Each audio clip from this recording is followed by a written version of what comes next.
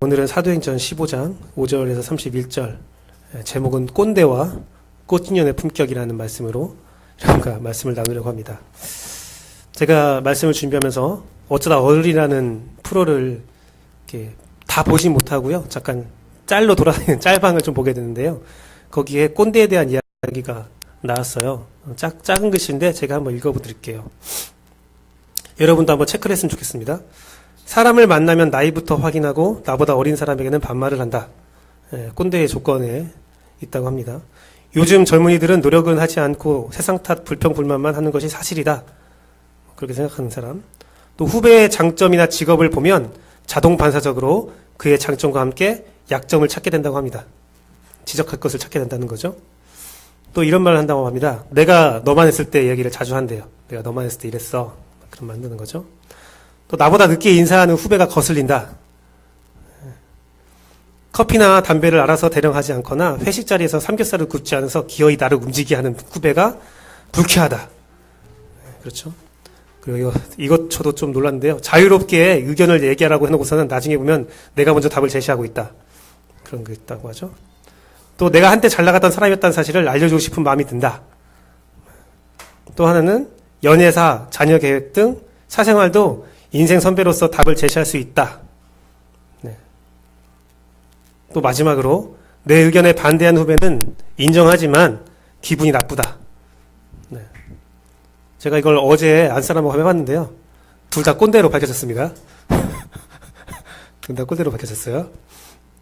네. 저도 꼰대예요. 꼰대가 싫지만 그래서 제가 꼰대 대처법도 한번 찾아봤어요. 꼰대 대처법이 뭐가 있나 찾아봤더니 여러 가지 글이 있는데 이런 글이 제 눈에 확 띄었어요. 어떤 글이냐면 꼰대를 이해하자. 꼰대를 이해하자. 근데 그 뒤가 더 충격적이었어요. 그 이유가 더 충격적이었는데요. 꼰대를 이해해야 되는 이유가 어차피 꼰대는 우리를 이해하지 못하니까 어차피 꼰대는 우리 이해할 수 없으니까 그냥 우리가 이해하고 살자. 그런 내용이죠. 그런데 이제 저도 꼰대니까 기분이 굉장히 유쾌하진 않지만 저도 꼰대니까 꼰대의 마음을 좀 대변하고자 하면 꼰대를 좀 이해하고자 하면 꼰대의 마음은 이렇습니다. 꼰대는요. 여러분과 함께하고 싶은 거예요. 여러분과 함께하고 싶고 여러분과 조금 친해지고 싶고 여러분에게 좀 접근하고 싶어서 그런 거예요. 인생에서 성공한 꼰대나 인생에서 실패하는 꼰대나 다 똑같은 마음이죠. 그냥 함께하고 싶다, 대화하고 싶다, 나 외롭다라는 표현인데 그렇게 얘기하는 것 같아요. 가장 큰 꼰대가 있잖아요. 사실 우리 인생의 가장 큰 꼰대는 부모님이죠. 네. 엄마 아빠가 우리한테 쓴소리 많이 하잖아요. 근데 그 이유를 제가 부모가 돼서 찾았는데 알고 보니까 함께하고 싶었던 것 같아요. 함께하고 싶고 우리 하영이가 만화책을 굉장히 좋아합니다. 네, 만화책을 굉장히 좋아해요. 저도 만화책을 좋아합니다. 저도 대학교 때 형이랑 만화책을 책방에서 빌려서 막 보고 있었어요. 한번 빌리면 무시무시하게 빌립니다. 가서 책방에서 한 1시간 정도로 책을 골라요. 그러면서 한 두세 권 막 읽죠. 속독을 한 다음에 나머지 책을 빌려오는데 거의 막 열 몇 권을 빌려와요, 한 번에. 형도 만화책 좋아하고 저도 만화책 좋아해서. 그럼 아버지가 딱 보면 굉장히 한심해 하십니다. 아버지가 너 언제까지 만화책 읽을래? 대학생이 돼서 만화책 읽고 있으면 한심해 하시고 사실 지금도 제가 만화책을 읽고 있습니다. 웹툰이나 그리고 가끔 지금은 못 가고 있는데 바빠서 못 가고 있는데 옛날에 처음 결혼했을 때 아기가 하영이가 애기였을 때 전주에 오면 안사님 가끔 가고 싶은데 가 하면 이제 만화방 가서 한 2시간 동안 만화책 읽어오고 그런 적도 있었거든요. 근데 하루는 우리 하영이가 만화책을 누워서 읽고 있는 모습을 보면서 귤 까먹으면서 만화책 보는 거 보면서 그냥 한심해 보이는 거예요. 내가 그랬는데 왜 그러냐면 만화책 좋지만 다른 책도 좀 읽었으면 좋겠는데 그 생각이 드는 거예요. 그래서 지나가면서 한마디 합니다. 하영아 만화책 읽는 거 내가 뭐라고 안 하잖아. 근데 만화책 읽으면 동화책도 하나 읽었으면 좋겠어.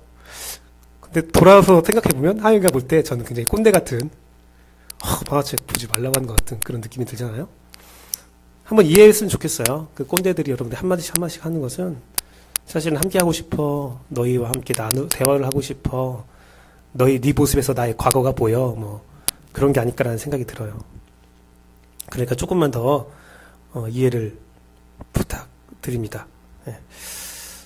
사실 또 뭐 우리가 언젠가는 꼰대가 되잖아요, 다. 그리고 누군가의 꼰대는 바로 여러분일 수도 있잖아요. 예. 이런 글이 있더라고요. 아니라고 생각 마세요. 당신도 누군가의 젊은 꼰대일 수 있습니다. 꼰대는 나이 탓이 아닌 것 같습니다. 그래서 우리가 꼰대를 좀 이해할 필요가 있는데, 그래도 꼰대가 되기 싫잖아요. 그래서 꼰대 방지법도 있더라고요. 꼰대 방지 5계명이 있어요. 첫 번째는 내가 틀렸을 수도 있다. 그렇죠?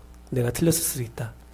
두 번째는 내가 바꿀 수 있는 사람은 없다. 라고 되어 있습니다.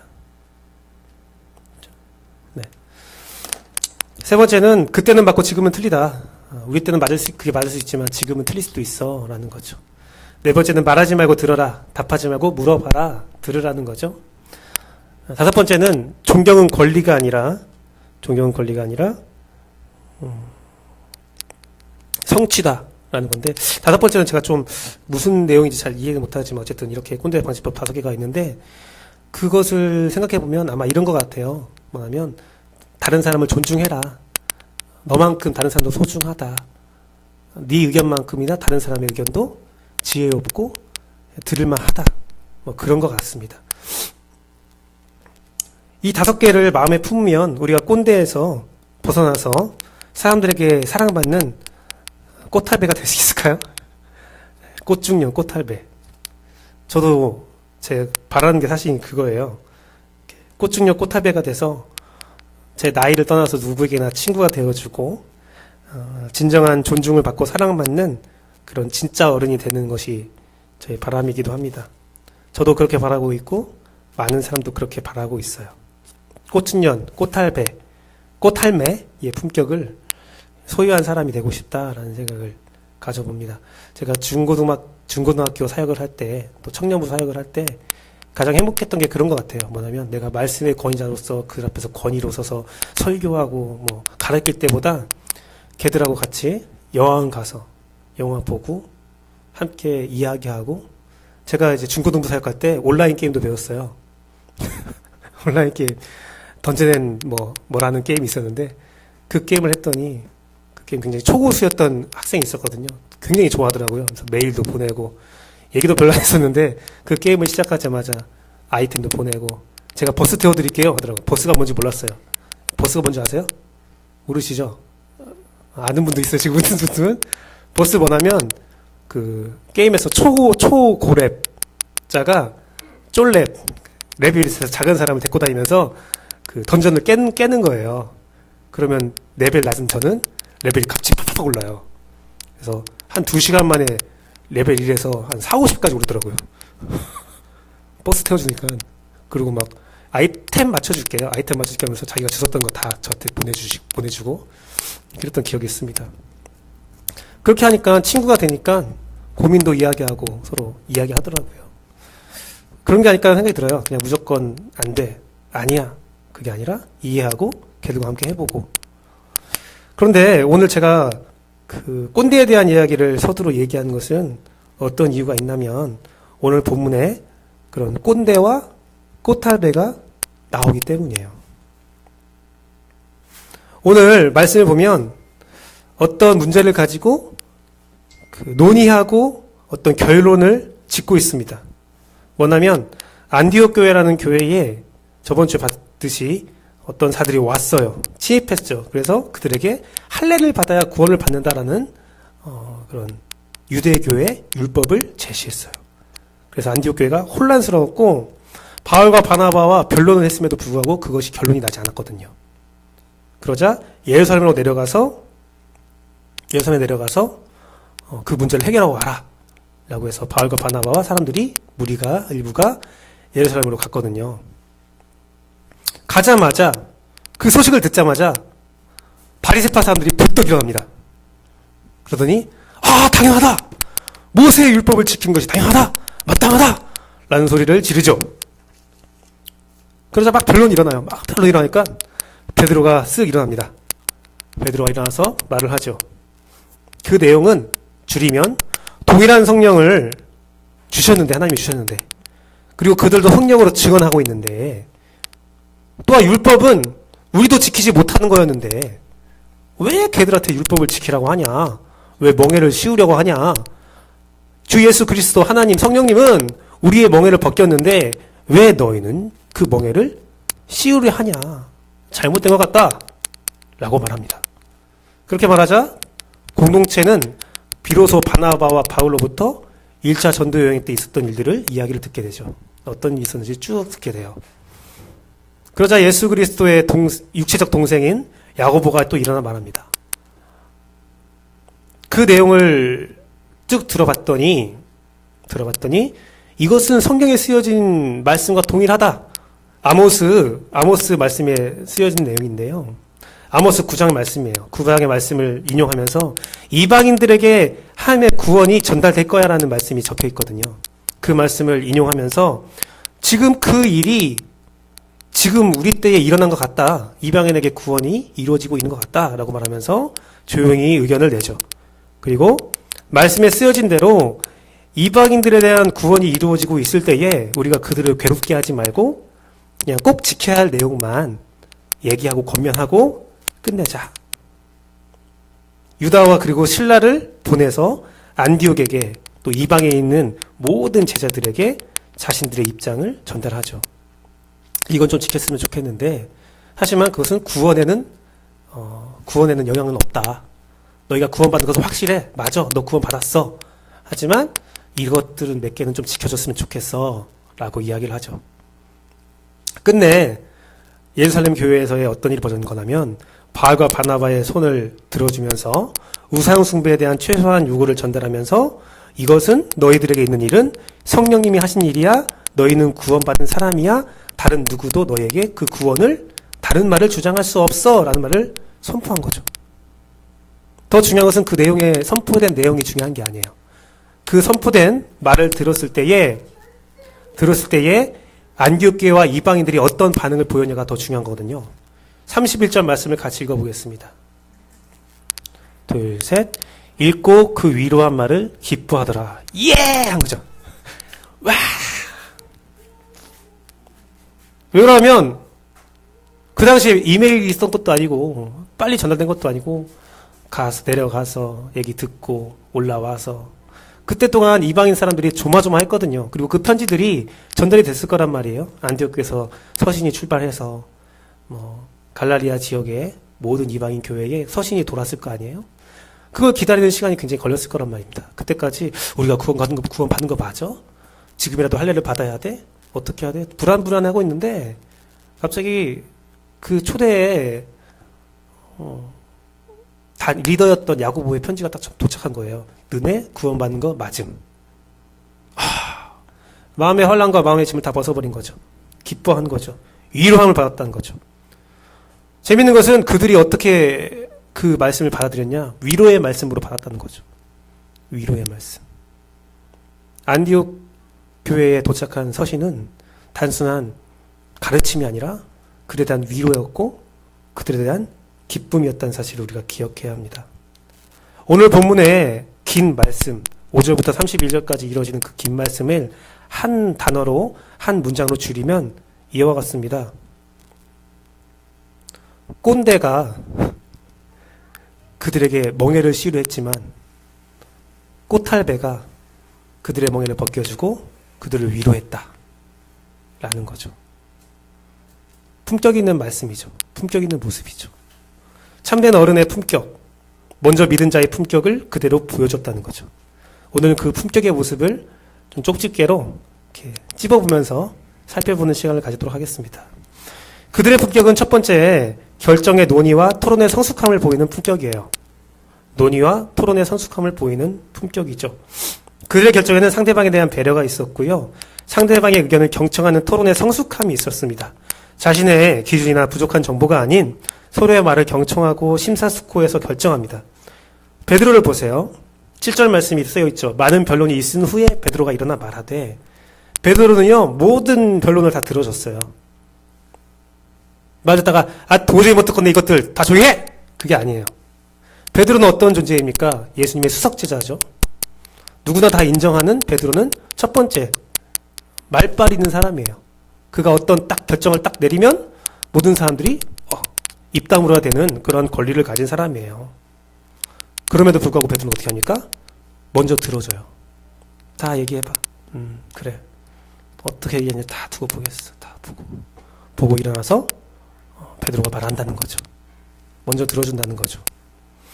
또한 베드로가 말할 때 어떻게 합니까? 찍어 누르지 않았어요. 베드로의 말의 핵심의 중심은 뭐였냐면 율법은 우리도 못 지키고 있다라는 말이었거든요. 근데 그게 굉장히 어려운 말이에요.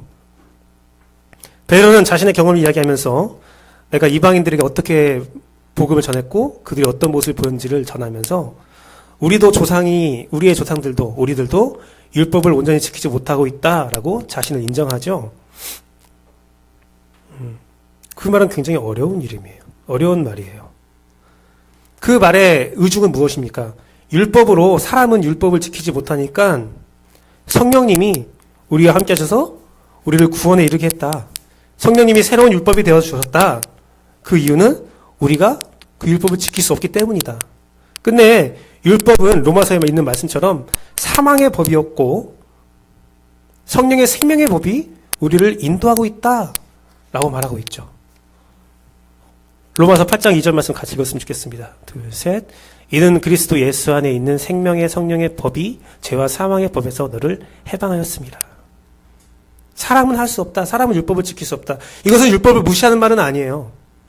율법 지키면 안 돼. 율법은 다 쓰레기야. 라는 말은 아니에요. 하지만 우리는 율법을 지킬 수 없어라는 것을 인정해야 된다라는 말이에요. 우리는 율법으로 구원받을 수 없기 때문에 생명의 법이 성령이 우리를 인도하고 있어 라는 거죠. 그게 15장 11절의 베드로의 고백에서 나오는 말이죠. 그러나 우리는 그들이 우리와 동일하게 주 예수의 은혜로 구원받은 줄을 믿노라 하느라. 무슨 말입니까? 우리가 율법을 못 지켜서 다 멸망받아야 할 백성인데 예수 그리스도의 보혈의 은혜와 성령의 인도함으로 우리가 구원받고 있듯이 이방인에게도 동일한 일이 적용되고 있다라고 말하는 거거든요. 이에 온 무리가 가만히 바울과 바나바의 이야기를 듣기 시작합니다. 베드로와 똑같은 거죠. 베드로가 그들의 변론을 다 들었듯이 우리도 바울과 바나바의 이야기를 들어보자라는 거죠. 전 이런 모습이 참 부러워요. 되게 부러워요. 왜 부럽냐면 또 어색하기도 해요. 왜 그러냐면 저는 막내였거든요. 집에서 막내였거든요. 집에서 어떤 회의가 딱 벌어지면 저에게 발언권이 없어요. 어떤 말을 해보라고 해요. 어떤 얘기를 딱 하잖아요. 제 생각에는 이 일은 이런 것 같습니다. 딱 얘기하잖아요. 그러면 바로 나오는 이야기가 있어요. 어린놈의 새끼가 건방지게 그렇죠? 어린놈의 새끼가 건방지게. 또 어르신들과 좀 얘기할 때가 있어요. 제가 나이에 비해서 목회를 하기 때문에 좀 어른들을 만나는 그런 자리가 있잖아요. 어렸을 때부터 좀 어른들을 만나는 자리가 있었고 장교 생활하면서도 좀 어른들을 대하는 자리가 많이 있었는데 그때 이런 말을 많이 들었습니다. 엄마 아저씨나 더 먹고 와. 그런 거나 목회 경력이 없어서 그래. 경험을 더 해봐야 돼. 되게 많이 들어요. 어떤 이야기에 그래 넌 어떤 생각하니? 가만히 있다가 그냥 듣고만 있었어요. 듣고 있다가도 어떤 생각이니 하면 그 생각이 있으니까 물어보면 대답을 하잖아요. 대답을 하면 역시 저 김주배는 경력이 없어서 경험이 없어서 건의와 시간과 나이로 누르는 경우가 많이 있는데 오늘 본문의 공동체는 서로의 연약함을 인정하고 존중하고 함께하고 이야기를 들어주고 있거든요. 정말 성령 안에서 하나된 지체라는 모습을 볼 수가 있어요. 처음부터 이들이 목소리가 한 목소리 내고 의견이 하나였던 게 아니에요. 다 들어주는 거예요. 오늘 말씀을 보면 바리새인이 일어나서 야! 율법 지키는 게 마땅하지 했을 때에 베드로가 그들을 혼내거나 질책하거나 짜그러져 있어 그런 말 하지 않았어요. 그 별로 다 들어주고 이야기하고 서로 존중했다라는 그 내용들이 있거든요. 자신의 연약함을 인정합니다. 새로운 질서를 받아들입니다. 베드로가 그랬죠. 우리는 율법을 지키지 못하고 있어. 그 말을 고백합니다. 류모세 선교사에 열린다 비유라는 책이 또 있어요. 열린다 성경에 이어서 열린다 비유라는 책이 있는데 거기에 이런 내용이 있었습니다. 지금도 이스라엘 사람들은 아는 척에 대한 집착이 있대요. 아는 척, 할 수 있다라는 척에 대한 집착이 있는데 그래서 그 이스라엘 선교사님들이 가끔 곤욕을 치르는 게 모르는 길을 물어볼 때래요. 내가 어디로 가는 길을 이렇게 이스라엘 사람들께 물어보면 이스라엘 사람들은 이제 되게 친절히 가르쳐 준대요. 어떤 경우가 있냐면 그 책에서는 이런 것도 써 있습니다. 차를 타고 가다가 길을 물어보면 차가 다른 길로 가야 되잖아요, 자기는. 근데 길을 알려준 것도 모자라서 그 차가 잘 가는지 끝까지 따라오는 경우도 있대요. 근데 더 심한 경우는 뭐냐면 자기가 모를 수 있잖아요. 제가 전주 사람이지만 전주의 모든 지리를 다 아는 거 아니잖아요. 그런데 이스라엘 사람들은 몰라도 아는 척하고 알려준답니다. 누가 와서 어디로 가는 길 어떻게 가야 돼요? 라고 물어보면 저 잘 모르는데요 라는 말을 되게 치욕스럽게 생각한대요. 그래서 몰라도 가르쳐 준대요. 그러면 선교사님이 그 말을 듣고 그대로 가면 다른 길로 와 있다는 공역을 취하는 일이 많이 있대요. 지금도 그런데 과거는 어떻겠습니까? 자신이 실수하는 것, 자신이 잘 모르는 것을 인정하는 것이 굉장히 어려운 시대였거든요. 그런 시대에 베드로는 몇천 년간 내려온 전통을 깨는 말을 하는 거예요. 몇천 년간 이어진 그 전통을 깨는 것, 그것이 틀렸다라고 말하는 것, 율법을 강요하는 것은 옳지 않다. 이 율법을 우리도 지키지 못하고 있어. 라는 말이 얼마나 어려운 줄 아세요? 정말 어려운 말을 베드로는 한 거예요. 그 베드로를 시작으로 예루살렘 교회에서는 자신의 잘못을 시인하면서 이방인들을 받아들이고 이방인들을 공감하는 그 일들을 행합니다. 제가 아침에 율법에 대한 책을, 이제 율법에 대한 설교를 해야 되니까 율법에 대한 책을 좀 읽었어요. 그래서 공부를 하고 있어요. 율법에 대해서. 다다음 주도 율법에 대해서 좀 설교할 게 있어서 수요일 다음 주에 계속 율법을 연구하고 있는데 독특한 유대인이 있어요, 지금. 뭐냐면 유대인인데 예수 그리스도를 인정하는 유대인들이 있어요. 근데 그들이 율법을 지키면서 자신들의 입장을 대변한 책을 봤어요. 책을 보는데 되게 좀 당황스러운 내용들이 많았어요. 사실이 아닌 내용들이 많았어요. 예수님에 대한 죽음과 부활에 대한 이야기도 있고, 근데 쭉 읽으면서 제 마음속에 한 줄 결론은 성령에 대해서 잘 모른다, 얘들은. 그런데 그리스도인들도 교회들도 성령에 대해서 제대로 이해하지 못하면 율법과 예수 그리스도의 관계를 잘 이해하지 못하거든요. 제가 오순절 때마다 하는 설교가 있죠. 오순절 때마다 하는 설교가 있는데 잠깐 이야기를 하고 넘어가도록 하겠습니다. 그래야 여러분들 좀 이해하기에 폭이 넓어지니까요. 오순절은 어떤 날이냐면 초막절이라고 하는데, 근데 그날은, 오순절 날은 우리는 성령 감림주로 알고 있잖아요. 근데 유대인에게는 그날이 율법 받은 날이에요. 십계명 받은 날이에요. 왜 성령님이 오순절에 임했는지를 여러분이 기억해야 돼요. 이해해야 돼요. 그 모세 때에 오순절에 십계명을 줬단 말이에요. 십계명을 비롯한 모든 율법을 줬단 말이에요. 그 율법을 이스라엘 백성들이 지킬 수 있어요? 지킬 수 없어요? 지킬 수 없어요. 못 지켜요. 재밌는 것은 그 율법에 대해서 이스라엘 백성도 어떻게 하냐면 랍비들도 613개의 율법이 있거든요.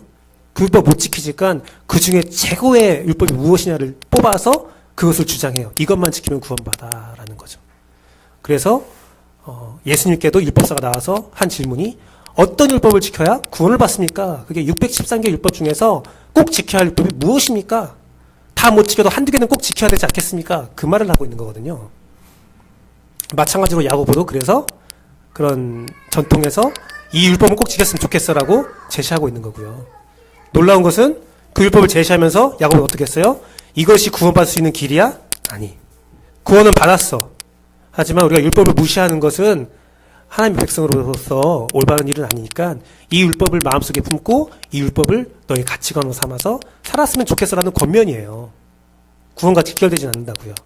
즉 모세 시대 때 율법이 온 것은 이스라엘 백성에게는 이것을 꼭 지켜야 구원받는 거야 하면서 계속 지켜오고 있고 지금도 그 율법을 지키고 있어요. 하지만 오순절에 하나님께서 성령을 보내신 이유는 다른 때 보낼 수도 있지만 오순절에 보낸 이유는 이제 과거에 보냈던 그 율법이 성령의 법으로 대체되었다는 것을 선포하고 있는 거거든요. 그 성령의 법은 우리 각자에게 머물러 있어요.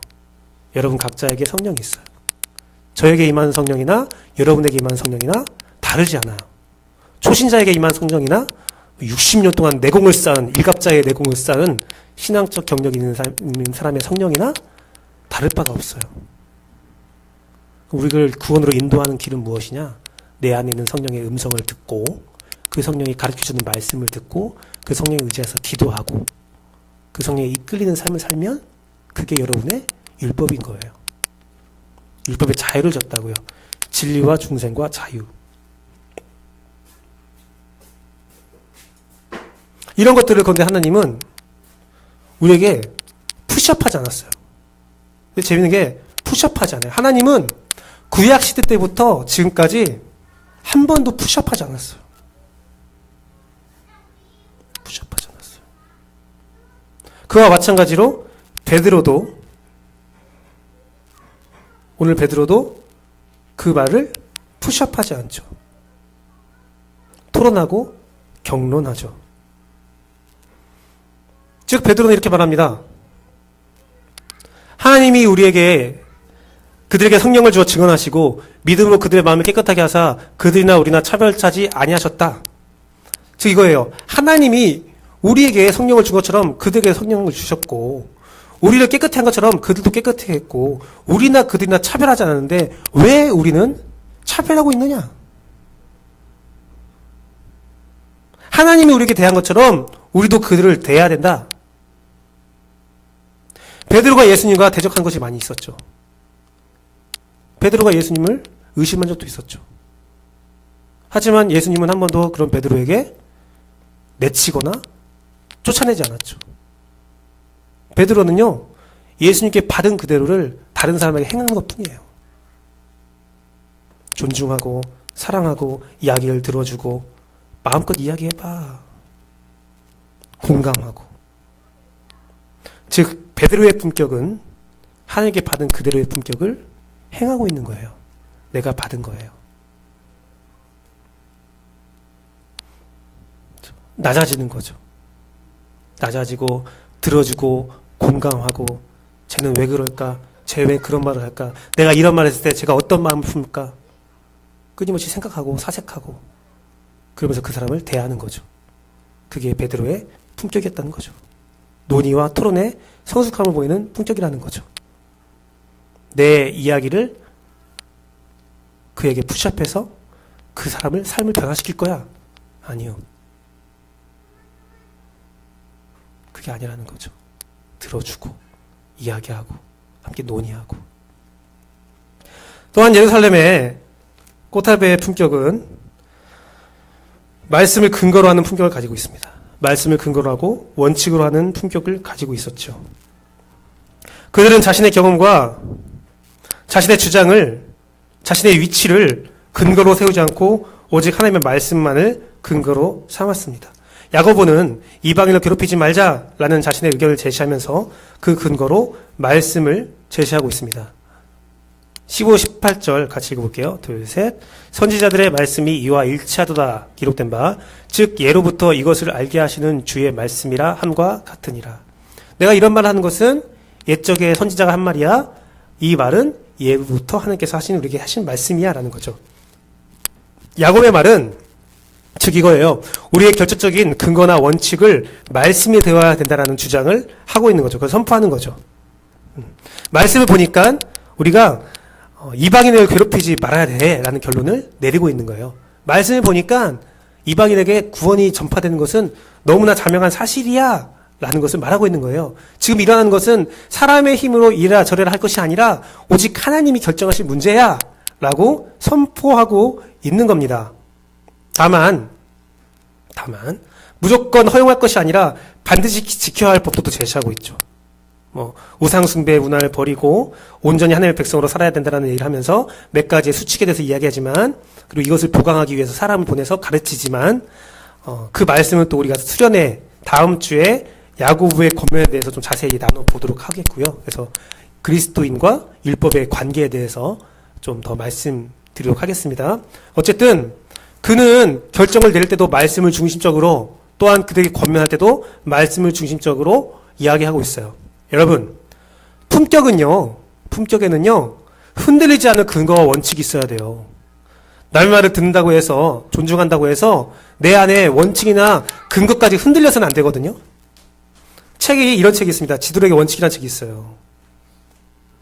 브랜리리 박사인데, 스티븐 코비라고 코비 리더십 옛날에 유행했던 코비 그 리더십 센터의 한 축을 맡고 있는 분이신데요. 그분이 지도력의 원칙이라는 책을 이렇게 썼어요. 제가 리더십, 지도력을 한참 공부할 때 이 책을 봤었었는데 그 사람은 세 가지의 리더십이 있다고, 이 세상에는 세 가지의 리더십이 있다고 말하고 있습니다. 첫 번째는 힘과 권력으로 눌러버리는 그런 리더십이 있대요. 굉장히 쉽습니다. 효과도 빠릅니다.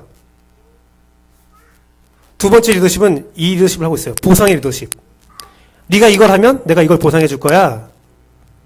그 보상의 리더십. 그 사람의 탐욕과 욕심을 이용하는 거죠. 그것도 굉장히 힘과 권력보다는 느리지만 효과적이고 빠릅니다.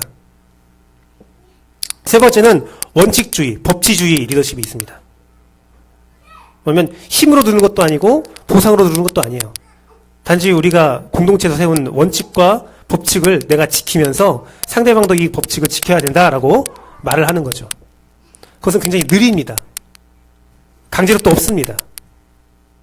하지만 브레넬리가 그 뒤에 이야기하면서 이렇게 말합니다. 힘과 권력은 상대방이 그걸 휘두르는 대상자가 힘이 없어졌을 때는 그 리더십은 급격히 무너진대요. 보상도 그렇대요.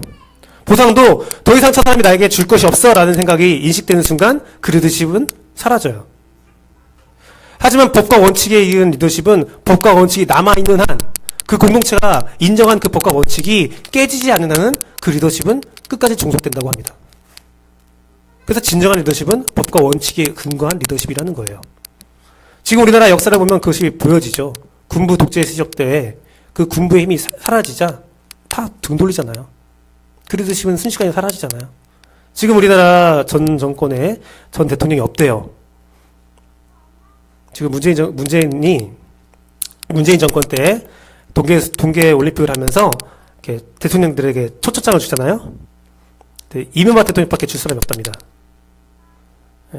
돌아가셨고, 또한 전두환 노태우는 범부 잘라서 대통령 권력이 사라졌고, 박근혜 씨도 아직 확정된 건 아니지만 감옥에 가 계시고 탄핵됐고, 그러면 그 말을 하면서 언론에서 이런 말을 해요. 이명박 대통령도 대통령의 권력이 사라질 수도 있다 지금. 그래서 문재인 정권이 끝나면 우리나라 역대 전 대통령의 명함을 가질 사람이 문재인만 될 수도 있다. 근데 그 뒤에 문재인을 지지하는 사람들 패널의 이야기였지만, 그런데 문재인의 그 전 대통령에 대한 명함은 그가 죽을 때까지 사라지지 않을 거예요 라고 말을 해요. 왜 그러냐면 문재인은 정말로 무서울 정도로 법과 원칙을 지킨 사람이거든요 라는 말을 해요. 이게 보여주는 거거든요. 법과 원칙이 어떤 생명을 갖고 있는지. 지금 야구부가 그런 거예요. 야구부가 법과 원칙을 말하는 거죠. 꽃은 시들고 세상 모든 것들은 다 사라지지만 주의 말씀은 영원해요. 베드로가 앞서서 딱 얘기했을 때에 맞는 말이죠. 베드로가 내가 경험을 해보니까 성령님이 임재하셔서 이방인들에게 구원을 준 게 맞아. 말할 수 있어요. 딱 말해서 그걸로 끝날 수도 있어요. 결론이. 아 그래. 우리가 지금 경험하고 있잖아. 하지만 그 경험이 사라지고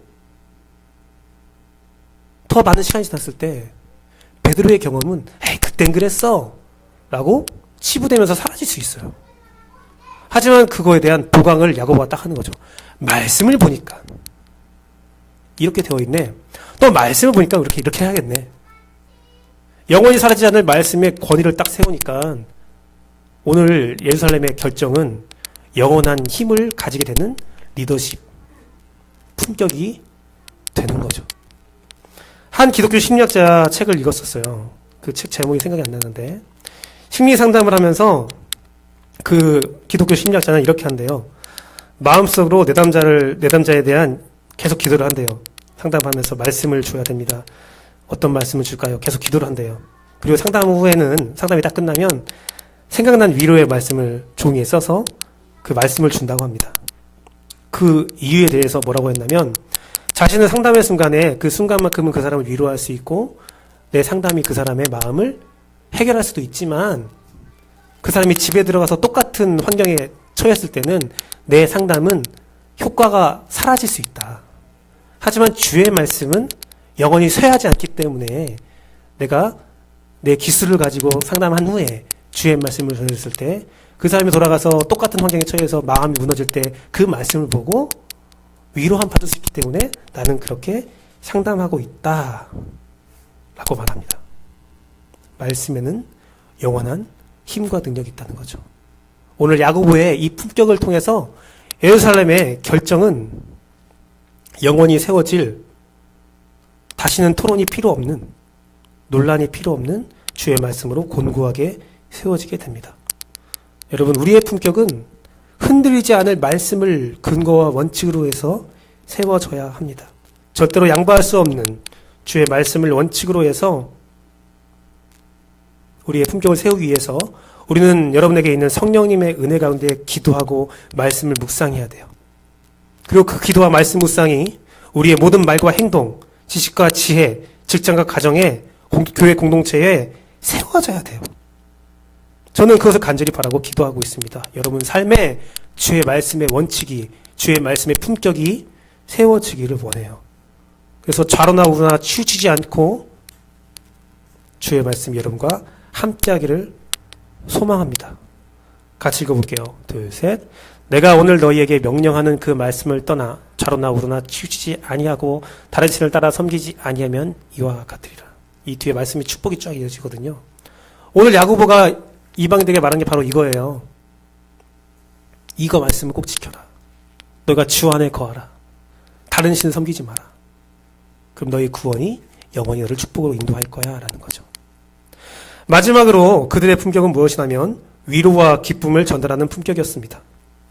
제가 서론에서 말씀했었지, 안디옥 교회와 이방 교회에 야고보의 편지가 도착했을 때 그들은 위로함을 받고 기뻐했어요.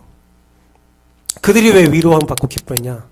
그것은 그들에게 해방의 자유가 있었기 때문에 그래요. 더 이상 이방인이라는 이름으로 멍해를 주지 않겠다. 너희를 특별 관리 대상으로 보지 않겠다. 완전한 해방과 완전한 자유, 그 안에 아무것도 강요하지 않겠다라고 합니다. 많은 사람들은 기독교가 보수라고 생각을 해요. 제가 지금 말씀드린 건 정치적 개념이 아니라 실질적 개념이에요. 기독교는 보수야. 보수라는 것은 제가 그 사전을 찾아보니까 현상을 지키고 변화를 조심스럽게 생각하는 거가 보수라고 하더라고요. 진보는 현상보다는 변화를 중시하는 것, 그것이 진보라고 하더라고요. 그거에 따지면 기독교는 보수가 아니죠. 진보에 가깝죠. 예수 그리스도의 능력은 해방과 자유에 있고 변화에 있기 때문에 그래요. 예수 그리스도가 십자가에 못 박혀 돌아가신 것은 너희 것을 지켜, 간직해, 보수해가 아니에요. 하나님은요, 예수님께서 하신 말씀, 나는 율법을 폐하러 온 것이 아니라 율법을 더 완성하러 왔다라고 하잖아요. 율법의 의미가 뭐예요? 율법은요, 제가 저번주도 말씀드렸듯이 율법은 우리를 얽매이고 우리를 쪼이려고 만든 게 아니에요. 우리를 해방하고 자유케 하기 위해 만든 거라는 거예요. 하나님의 본심은 진정한 여러분의 자유에 있다는 겁니다. 자유에 있다는 거예요. 즉, 오늘 말씀에 있는 위로와 기쁨은 어디에 나오는 기쁨이냐? 자유와 해방에 기인된 기쁨이라는 겁니다. 사도행전 15장 3절과 31절 말씀 보면 되게 재미있는 내용을 좀 우리가 알 수 있는데요.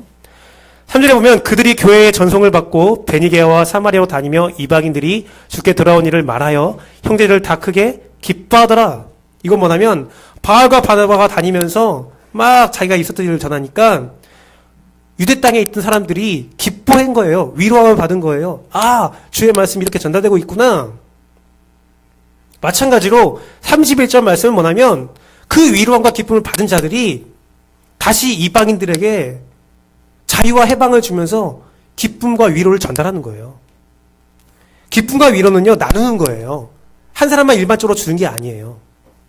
오늘 말씀에 일어난 사건의 핵심 가치는 뭐냐면 이방인에 있었던 일로 인해서 유대에 있던 사람들도 위로함 받고 기뻐하고, 아, 우리가 받는 게 맞네, 올바른 거네, 핍박과 환란에 우리가 쌓여있지만 하나님은 이렇게 주의 주의 나라를 확장하고 있네. 그 말에 위로함 받고 자유함을 얻고 우리 더 열심히 하자라는 기쁨을 얻고, 마찬가지로 우리의 율법 때문에 얽매여 있는 자들을 우리가 풀어주자, 위로하자, 함께 기뻐하자라는 말을 하는 거예요. 품격은요, 어디에 있냐면 함께 기뻐해야 돼요. 품격은요, 나만 기쁘고 너는 찍어 누르고, 혹은 상대방만 기쁘고 나는 좀 쭈그러들고, 그건 품격이 아니에요. 함께 위로함 받고 함께 기뻐하는 거예요. 저는 개그와 유머를 굉장히 좋아합니다. 전 개그맨을 되게 존경해요. 왜 그러냐면, 물론 안 좋은 개그맨도 있지만 대부분의 개그맨들은 자신의 아픔은 좀 숨기고 상대방을 재밌게 하기 위해서, 웃기게 하기 위해서 노력을 하거든요. 전 특별히 블랙 코미디를 굉장히 좋아해요. 블랙 코미디는 뭐냐면 심각한 이야기를 유머스럽게 풀어주는 것이 블랙 코미디거든요. 근데 그 유머 안에는, 블랙 코미디 안에는 뭐가 있냐면, 그 유머 안에는 그냥 단순히 웃기는 게 아니라 교훈이 있어요. 담겨진 이야기의 의미가 있어요. 전 그런 걸 굉장히 좋아해요. 사실 최고의 블랙 코미디가 뭔지 아십니까? 이 땅에 있는 최고의 블랙 코미디는 예수 그리스도가 인간의 손에 돌아가신 거예요. 우리를 창조한 신이 창조된 피조물에 의해서 저주와 멸망을 받은 거예요. 왜 그것이 블랙 코미디냐? 그 안에 진정한 위로와 해방이 있기 때문에 그렇습니다. 우리는 십자가를 보면서 울죠. 그러면서 십자가를 보면서 웃죠. 엄청난 블랙 코미디예요. 그 안에 담겨진 역설. 십자가에는 사랑이 담겨 있고 슬픔이 담겨 있어요. 위로와 기쁨도 있어요. 해방과 자유도 있어요. 그 안엔 예수 그리스도의 나눔의 품격도 있어요. 그 십자가를 보면서 우리 또한 위로와 기쁨의 품격이 있어야 되는 거예요. 우리가 받은 것을 그대로 돌려주는 품격이 있어야 되는 거죠. 주 예수 그리스도가 생명을 바쳤는데 우리가 또 못 바칠 게 뭐가 있겠습니까? 말씀을 마치도록 하겠습니다. 오늘 시간이 좀 많이 지났지만, 이렇게 말씀 묵상하다 보니까 세 가지의 품격을 찾았는데, 그 모든 게 그들 안에서 나온 것이 아니라 하나님께 배운 품격이더라고요. 토론하는 품격도 하나님께 배운 품격이요, 말씀도 하나님이 주신 것이요, 그들이 전하는 위로와 기쁨도 하나님이 먼저 주신 품격이더라고요. 다 하나님께 배운 품격이에요. 다음 주에 수련회 때 우리가 말씀을 나누겠지만 말라기 말씀을 보세요. 말라기 말씀의 내용은 무엇이냐면, 이스라엘 백성이 하나님한테 따지는 거예요. 하나님 우리를 사랑한 적이 없습니다. 하나님 우리를 축복하지 않았습니다. 그 말을 듣고 하나님이 찍어 누르는 게 아니라 서로 토론하죠. 난 이렇게 사랑했어. 그럼 이스라엘 백성이 이렇게 우리를 미워했잖아요. 아니야, 이것은 이거야. 그래서 계속 토론을 해요. 아브라함한테도 그랬죠. 아브라함이 소돔과 고모라에 대한 멸망에 대해서 하나님과 격변을, 논쟁을 합니다. 구약은 끊임없이 이스라엘과 하나님의 대화를 이야기하고 있습니다. 필리비안시의 책에는 어떤 내용이 있냐면, 하나님께서 인간의 끊임없는 요구에 응답하시면서 자신의 모습을 인류에게 계속 나타냈다라는 말을 해요. 그래서 끝내는 예수 그리스도를 통해서, 예수 그리스도가 오신 이유가 이거래요. 계속 논쟁하다가 이스라엘 백성이 이랬대요.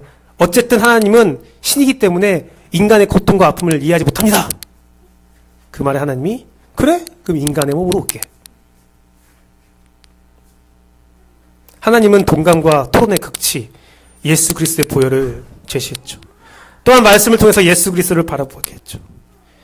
예수 그리스도는 율법과 말씀을 폐기한 것이 아니라 성령을 통하여 우리 안에 율법과 말씀을 완성하시는 분이 하나님이라는 사실을 우리에게 보여주고 있죠. 우리를 좋은 삶으로 인도하는 품격의 도구로 사용하고 있죠. 우리 안에 말씀의 위로를 주고 말씀의 기준을 제시하고 있습니다.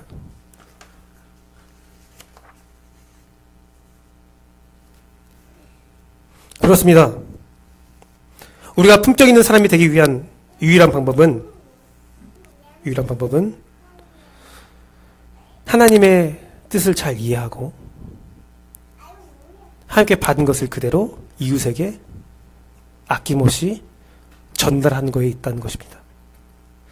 예루살렘 백성들은, 예루살렘 베드로와 야고보는 하나님께 받은, 예수 그리스도에 받은 모든 것들을 그대로 이방인에게 전달하였고, 그 안에 서로에 대한 위로와 기쁨이 있었다는 것입니다. 그 모든 것들의 시작은 하나님의 우리를 향한 사랑에 있다는 것입니다. 오늘 마지막으로 같이 이 본문을 읽고 기도했으면 좋겠어요. 오늘 기도 나눔의 시간인데 우리 기도할 때 이 말씀을 가지고 기도했으면 좋겠어요. 오늘 말씀을 기억하면서 그들의 실제적인 모습들을 기억하면서 고린도전서 13장 말씀을 같이 읽어볼게요. 근데 유진 피터슨 메시지에 쓰여있는 말이 우리에게 좀 더 많이 다가오더라고요. 같이 읽도록 하겠습니다. 둘, 셋. 내가 사람의 유창한 말과 천사의 황홀한 말을 해도 사랑하지 않으면 나는 녹슨문에서 나는 삐걱거리는 소리에 지나지 않습니다. 내가 하나님의 말씀을 힘차게 전하고 그분의 모든 비밀을 드러내고 모든 것을 대낮처럼 환히 밝혀도 내가 산을 뛰어올라 명하면 산이 그대로 뛰어오를 만큼의 믿음을 지니고 있어도 사랑하지 않으면 나는 아무것도 아닙니다. 내가 가진 모든 재산을 가난한 사람에게 나누어 주고 숭야처럼 불살라질 각오를 하더라도 사랑하지 않으면 아무 소용이 없습니다. 내가 무엇을 말하고 무엇을 믿고 무슨 일을 하든지 사랑이 없으면 나는 파산한 사람이나 다름없습니다. 사랑은 절대로 포기하지 않습니다. 사랑은 자기보다 다른 사람에게 더 마음을 씁니다. 사랑은 자기가 갖지 못한 것을 바라지 않습니다. 사랑은 뽐내지 않으며 자만하지 않으며 다른 사람에게 자신을 강요하지 않으며 내가 먼저야 라고 말하지 않으며 화내지 않으며 다른 사람의 죄를 꼬치꼬치 따지지 않으며 다른 사람이 비굴하게 굴 때 즐거워하지 않으며 진리가 꽃피는 것을 보고 기뻐하며 무슨 일인지 참으며 하나님을 늘 신뢰하며 언제나 최선을 구하며 뒷걸음질하지 않으며 끝까지 견딥니다. 끝까지 견딥니다. 이 사랑 가운데 이 사랑의 품격을 가지고 다른 사람을 존중하고 이야기를 들어주고 말씀의 원칙을 세우고 또한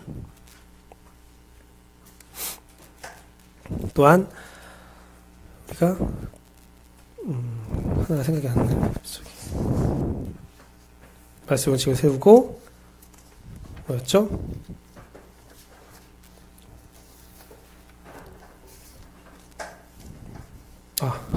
위로와 기쁨을 전달하는 제가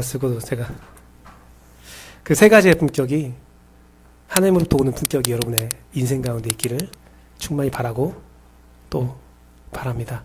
이 시간 함께 우리 기도하는 시간 가지도록 할게요. 우리 기도하실 때 말씀이 주신 은혜를 묵상하기를 원합니다. 오늘 말씀을 통해서 여러분의 삶이 좀 더 풍요로워지고 인격적이길 원합니다.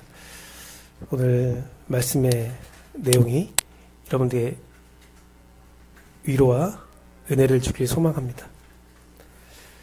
하나님의 품격이 여러분이 하나님의 품격을 이루기 위해서 필요한 것이 있어요. 뭐냐면 하나님의 품격을 여러분이 경험하는 거거든요. 이 시간 한 3가지 정도 우리가 기도할 건데요. 첫 번째로 기도할 것은 하나님의 품격이 나의 경험되고 그 품격을 전해줄 수 있는 말씀의 통로되기를 여러분이 기억했으면 좋겠습니다. 바랬으면 좋겠습니다. 이 시간 우리 함께 기도하겠습니다. 하나님 감사합니다. 아버지 주께서 주의 귀하신 은총으로 아버지 우리를 인도하심에 감사합니다. 아버지